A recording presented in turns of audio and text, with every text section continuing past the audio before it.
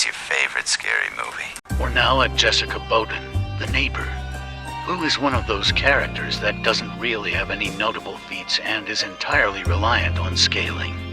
While she does say, I don't need you.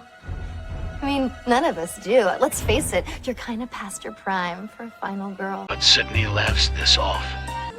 Past my prime. Fuck you. So, since Jessica can hurt Sydney, she therefore scales to Charlie throwing Marnie through a door,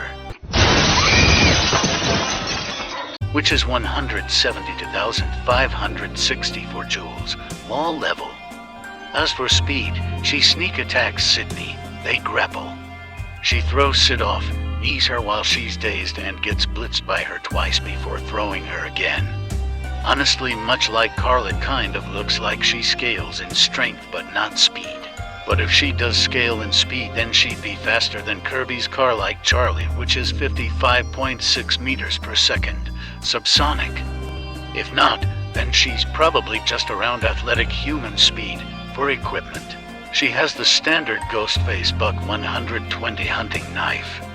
In her fighting moves short, she shows stuff from karate, wrestling, judo, Krav Maga, and one Muay Thai knee. For intelligence, I think there's a solid argument she's the dumbest mastermind. Let's go through her plan. So, to start, she does successfully get away with killing her husband. She convinces Carl and Marco to help her in her plan, although to be honest, much like Billy convincing Stu to help, I'm not sure how impressive that manipulation really is. I mean, Carl's already a triple murderer, and part of the plan is to break HM out so he can kill more, so obviously he'd be all for that. As for Marco, I think he's kind of an example of high intelligence, low wisdom.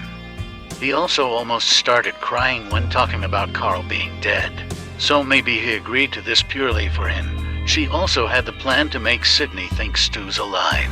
Bringing Stu back was my idea. No, it was my idea. No, I just let you think it was your idea. Regardless of whose idea it was, I have no idea why they're doing this. I think maybe the plan is to make people think Stu's alive, pinning it on him. So, to do that, they destroy records and maybe kill the coroner, since she's said to have died 3 years ago, which is after the New York killings, which happened 4 years ago, and Jessica is only doing this cause she's mad Sid didn't go to New York. Anyway, her plan is as follows. Have Marco break Carl out. Carl then gets to weeks of freedom before they enact the Ghostface killings. She has Carl go to Woodsboro to burn down Stu's house and kill some people to make the idea of Stu being alive believable. Carl had Madsen's phone number, so he didn't know they'd be there. He then rushes back to Pine Grove, and she has Marco do a deepfake phone call to Sydney telling her about the theater attack so she could have an alibi with her son. Marco hacks the house cameras and Carl hides in the attic. Presumably, Carl is supposed to kill Sydney in front of Tatum to make her Sydney to .0, but fails. I'm guessing everything going forward is pure ad-libbing, since I think the original plan was supposed to end here. With everyone thinking Stu was alive, she has Marco make more deepfake calls, and she tries and fails to kill Mark. She then has Marco tell Sydney about the bar attack. But Tatum leaves before Marco can arrive from wherever he's doing the green screen.